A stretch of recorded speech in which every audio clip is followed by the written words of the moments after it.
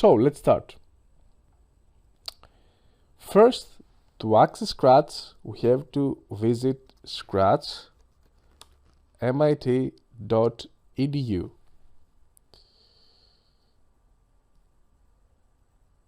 On the home page, click on Join Scratch, or if you already have an account, click on Sign In.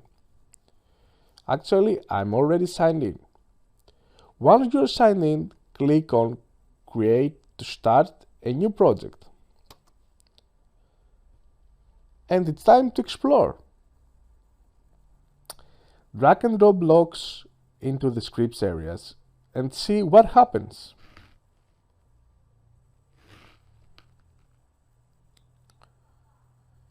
Well, as you can see, this is our first project. And this is the name of our project. So let's name it My First Project. Okay.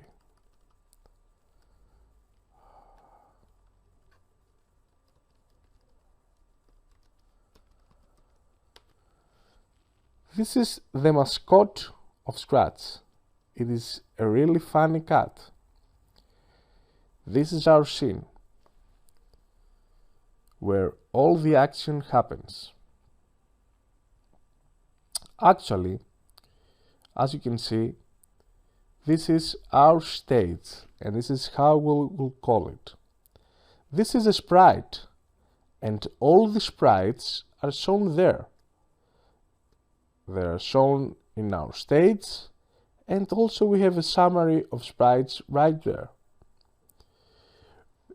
In the middle, we have all our commands or our scripts, and in the right side we have all the scripts area. For example,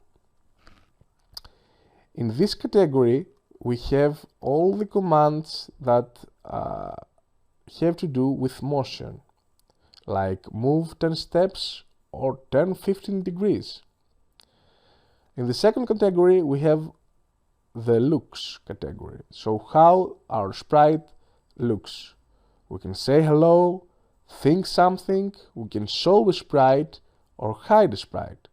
We can switch our costume to our next costume, or we can set specific graphics, change size or set size. The third category has to do with sound. We have to play sound like meow. This is a cat, right? To stop all sounds, play drum for specific seconds or for specific beats. Play note, set instrument to specific level of volume, and we can even change the tempo of the volume. The fourth category is pen.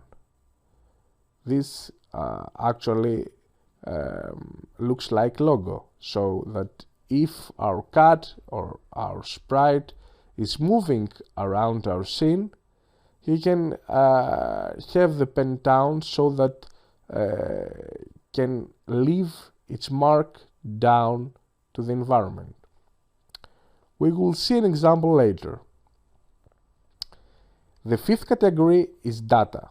Here we can make variables, and with variables we can store things like score or things like our name in our game, or things that we would like to store and change the value later in our game. The sixth category is events. So we would like that when the flag is clicked or when a key is pressed to do something. So all this when something is done, when a key is pressed, when the sprite is clicked, when loudness is above a specific level, we would like something to be done inside our game. And this is exactly where all the scripts are categorized. The seventh category of scripts is control. So we would like to repeat a set of commands, a set of scripts for a specific number of times. Or maybe we would like some things to be done forever. Or we would like to be done if something happens. If something happens, then we would like a set of scripts to be executed. Or we would like a set of scripts to be executed if something is not happened. So if something is happened, for example, if score is above 4, or if score is less than 0, then I would like to be shown a big game over.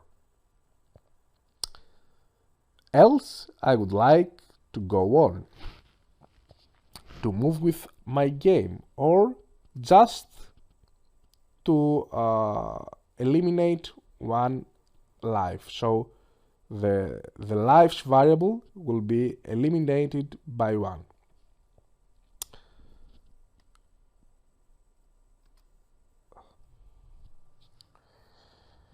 The next category is sensing. We would like some things to be done inside our game if we touch a specific point, or if we touch another sprite, or if the distance between my mouse and the sprite is in specific level. The next category is operators. I would like to add 2 scores, or to subtract them, or to multiply them, or to divide them. Or I would like to pick a random number between 1 to 10. And finally, I can have my own blocks, create a block, and add an extension. We will see many examples, and we will use most of them. But first of all, let's start with our basic sprite, that is a cat. And by using this sprite,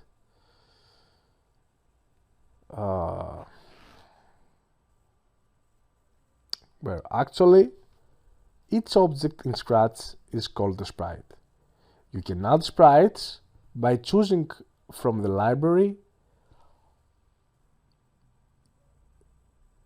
This is the way that we can choose a sprite from the library, and here are a lot of sprites that you can use in your own game or in your own story.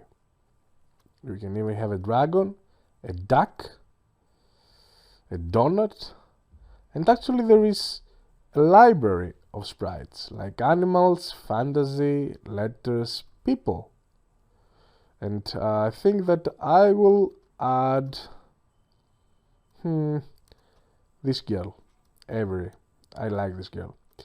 Well, something that you should note is that each sprite has a number of costumes. For example, Anaina Hip Hop has 13 costumes. We will see what costumes mean actually. I like this sprite, so I will add this girl, and as you can see, the stage changed, and now I have 2 sprites. So you can add sprites by choosing from the library. You can even paint your own.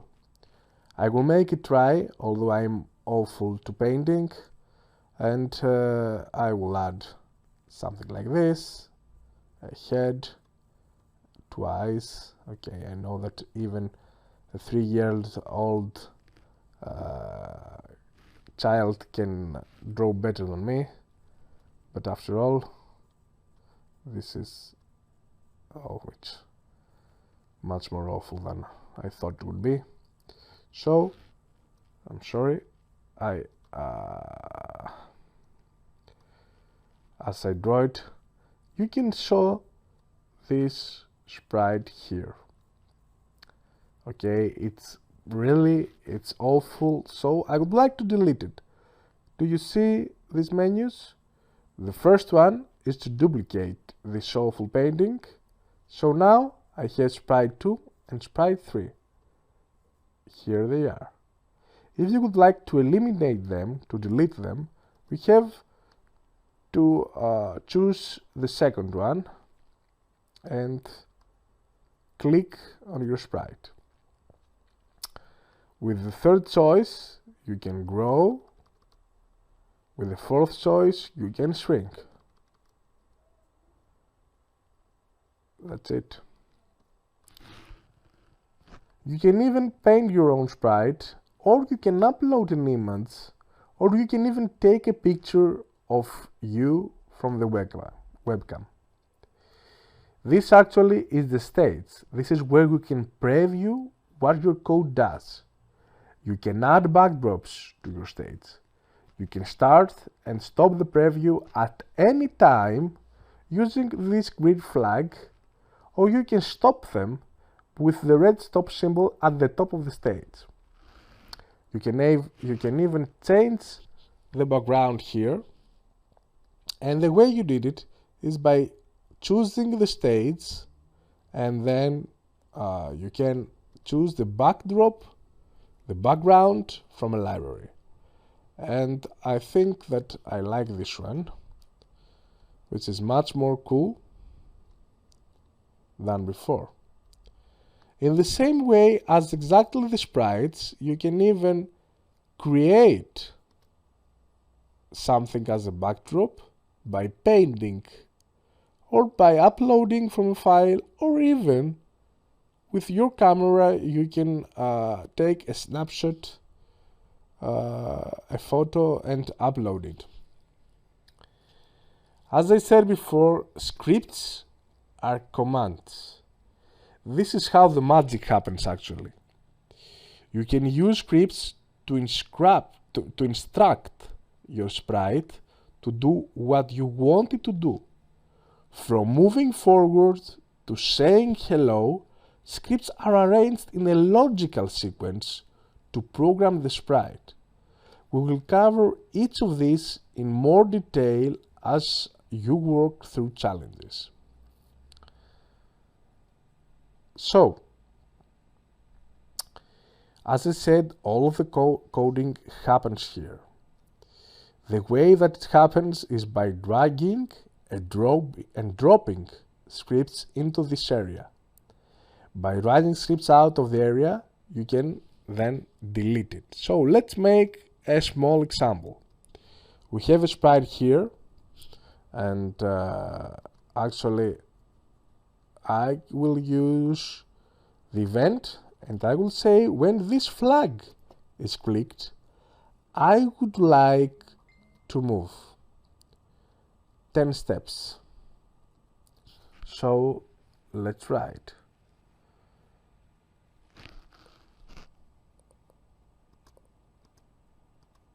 Nice. So you see, each time that I click this flag, my cat is moving. But not so naturally. What I have to do is that I would like to move 5 steps, and each time that I make a step, as a human being does it, I have to go to the next costume. What do you mean? Do you see? Costume 1, costume 2, costume 1, costume 2. So it's something like walking in my scene.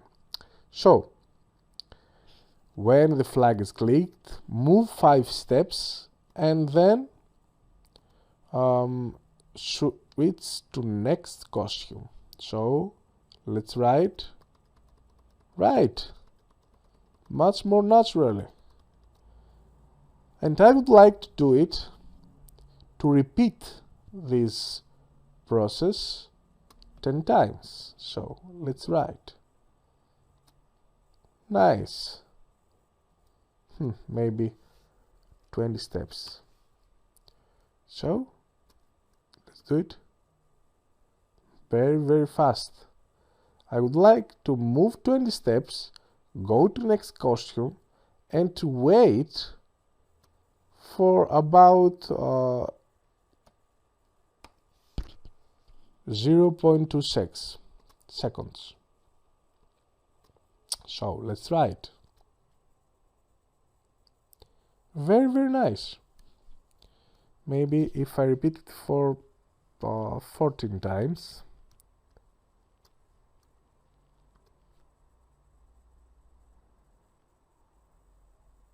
Nice. Let's try these 1, 2, 3, 4, 5 commands with Avery. Hi Avery. You see, each time I choose a different sprite, I have a blank new script area because I have to program each sprite differently, separately. So let's try it again. Go to sprite 1 and take all these commands, drag it and drop it inside Avery. You see, now Avery has the same commands. But check this. If I'm going to start this flag, to click this flag, then what will happen? Avery will execute these commands, and at the same time the cat will execute the same commands. So let's see what will happen. Do you see? Hey, where are you going? Come back. So, as I can see, the costumes of Avery are these two things. And actually, it's not something like walking. So I will take off Avery and I will add another sprite that has to do with Avery walking, right? So, as I say, the costumes of Avery now is walking much better. So I'm going to my cat and I'm going to drag and drop these commands to Avery. Actually, to copy these commands to Avery. So let's start again. Click the flag and you see, very naturally, they are walking. Nice. This is our first recording, our first lesson, and we're going next to create our first game.